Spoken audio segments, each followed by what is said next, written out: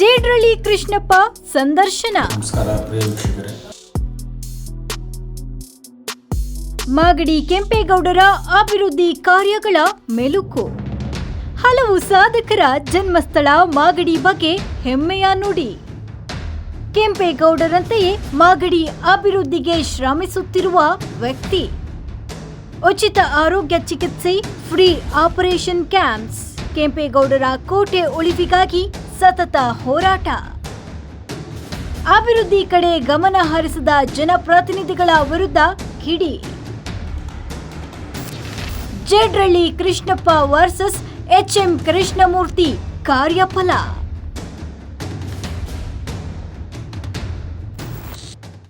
ಕೃಷ್ಣಮೂರ್ತಿ ಸರ್ಗೆ ನಮಸ್ತೆ. ನಮಸ್ಕಾರ. ನಾಡಿನ ಅಭಿವೃದ್ಧಿ ಅಂದರೆ ಮಾಗಡಿಯ ಅಭಿವೃದ್ಧಿಯ ಹರಿಕಾರ ಅಂತಲೇ ಹೇಳ್ಬೋದು. ಕೃಷ್ಣಮೂರ್ತಿ ಸರ್, ನಿಮ್ಮ ಅನಿಸಿಕೆ ಮತ್ತು ಅಭಿಪ್ರಾಯಗಳು ಮಾಗಡಿಯ ಬಗ್ಗೆ. ನಮಸ್ಕಾರ ಪ್ರಿಯ ವೀಕ್ಷಕರೇ. ಮಾಗಡಿ ಗಂಡು ಮೆಟ್ಟಿದ ನಾಡು, ಸಾಧು ಸಂತರ ಬೀಡು. ವರುಣನ ಆಶೀರ್ವಾದದ ಜೊತೆಯಲ್ಲಿ ನಿರಂತರ ರೈತರ ಬಾಳು ಹಸನಾಗುವಂಥ ಯಾವುದಾದರೂ ಒಂದು ತಾಲೂಕಿದೆ, ಒಂದು ಜಿಲ್ಲೆ ಇದೆ ಅಂದರೆ ಅದು ರಾಮನಗರ ಜಿಲ್ಲೆ ಮಾಗಡಿ ತಾಲೂಕು.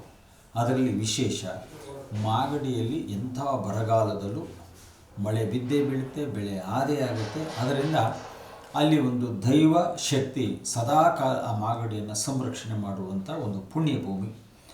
ಈ ಪುಣ್ಯಭೂಮಿಯಲ್ಲಿ ನಾನು ಸಹ ಜನಿಸಿದ್ದೀನಿ.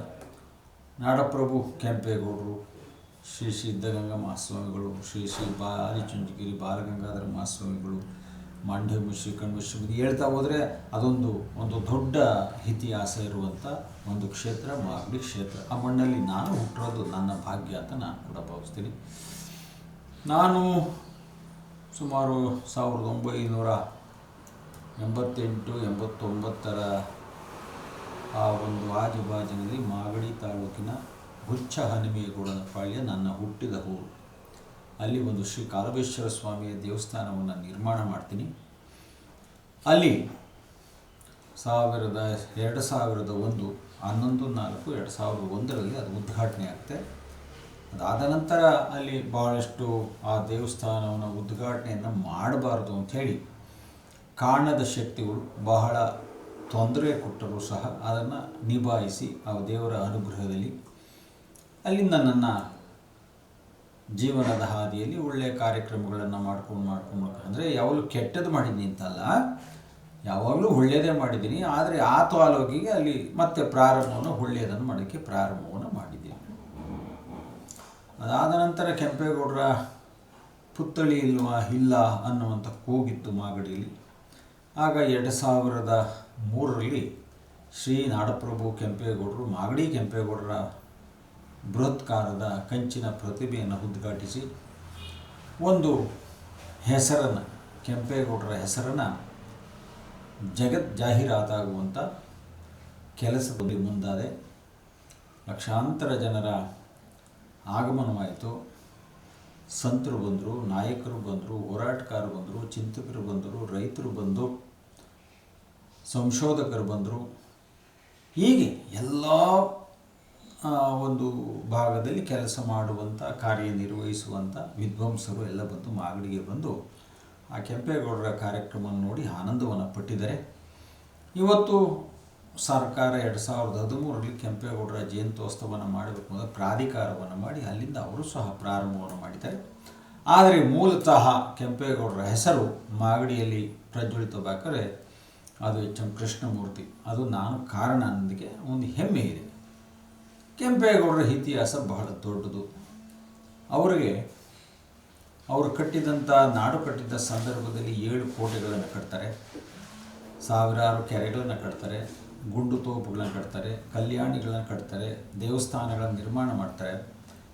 ಅವರ ಸಾಧನೆ ನಾವು ಹೇಳಲಿಕ್ಕೆ ಬಹಳ ಸಮಯ ತಗೋತದೆ. ಅಂದರೆ ಅವರ ಸಾಧನೆ ಎಷ್ಟಿತ್ತು ಅಂತ ಯೋಚನೆ ಮಾಡಿದಾಗ ನಾವು ಆ ಪುಣ್ಯಾತ್ಮನ ಹಾದಿಲಿ ಏನಾದರೂ ನಾವು ಸ್ವಲ್ಪ ದೂರ ನಡಿಬೋದಾ ಅನ್ನೋ ಒಂದು ಆಸೆ, ಒಂದು ಸಂಕಲ್ಪ ನನಗೂ ಇದೆ. ಆದರೆ ಅವರ ಹಾದಿಲಿ ಸಾಕ್ತಾ ಇದ್ದೀನಿ.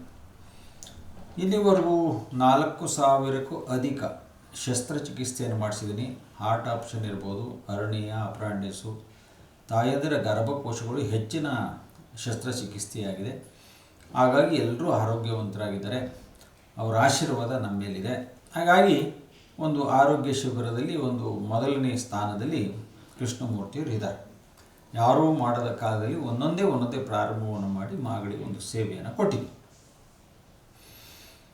ಇವತ್ತು 2025 ನಾವು ಆ ಒಂದು ಸಮಯದಲ್ಲಿದ್ದೀವಿ. ಈಗ 27